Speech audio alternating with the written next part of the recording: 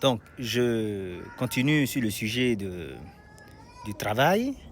Et donc, je disais que le travail est un investissement. C'est la semence de votre rédemption. Bon, il y a quelqu'un qui a dit que j'avais trop décrit le bidonville et pas assez parlé de l'investissement lui-même. C'est vrai. Mais c'est en connaissant le degré de la maladie qu'on apprécie le remède qui nous a sauvés. Voilà. C'est ça la réponse à la question. Même si après j'ai supprimé le commentaire en question. Bon. Le travail dont je parle n'est pas une souffrance. Le travail dont je parle, c'est un travail qui doit se faire sans souffrance. Ce n'est pas une corvée.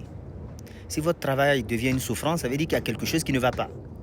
Soit vous n'avez pas les ressources, c'est-à-dire vous essayez peut-être de faire en 2 heures ce qui se fait en 4 heures, ou alors vous n'avez pas les bons outils. Hein? Même nous qui ne sommes pas des bricoleurs, on sait qu'il faut avoir les bons outils. Bon.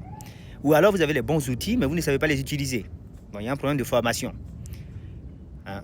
En tout cas, il y a quelque chose qui ne va pas. Ou alors vous vous mettez une pression inutile, ou vous vivez peut-être dans un environnement malsain au niveau professionnel ou scolaire. Bon, donc il y a quelque chose qui ne va pas. Le travail en question ne doit pas être une souffrance, ça ne doit pas être une corvée. Ou alors vous n'avez pas atteint le bon niveau pour ce que vous faites. Si vous êtes par exemple un élève, il faut déjà connaître son cours. Et ensuite, faire les exercices de niveau 0, c'est-à-dire application directe du cours. Ensuite, vous passez au niveau 1, niveau 2, niveau 3. Mais si vous passez directement au niveau 5, on vous pose la question et c'est à vous de trouver le cheminement. On ne vous pose pas les questions intermédiaires. On vous pose la question finale. Voilà. Donc, le travail en question ne doit pas être une souffrance. Voilà. Au contraire, ça doit être normalement une passion. Voilà. Votre travail doit être une passion. Si votre travail n'est pas une passion, dites-vous que c'est peut-être un moyen intermédiaire d'arriver à vos fins. Comme ça vous motive.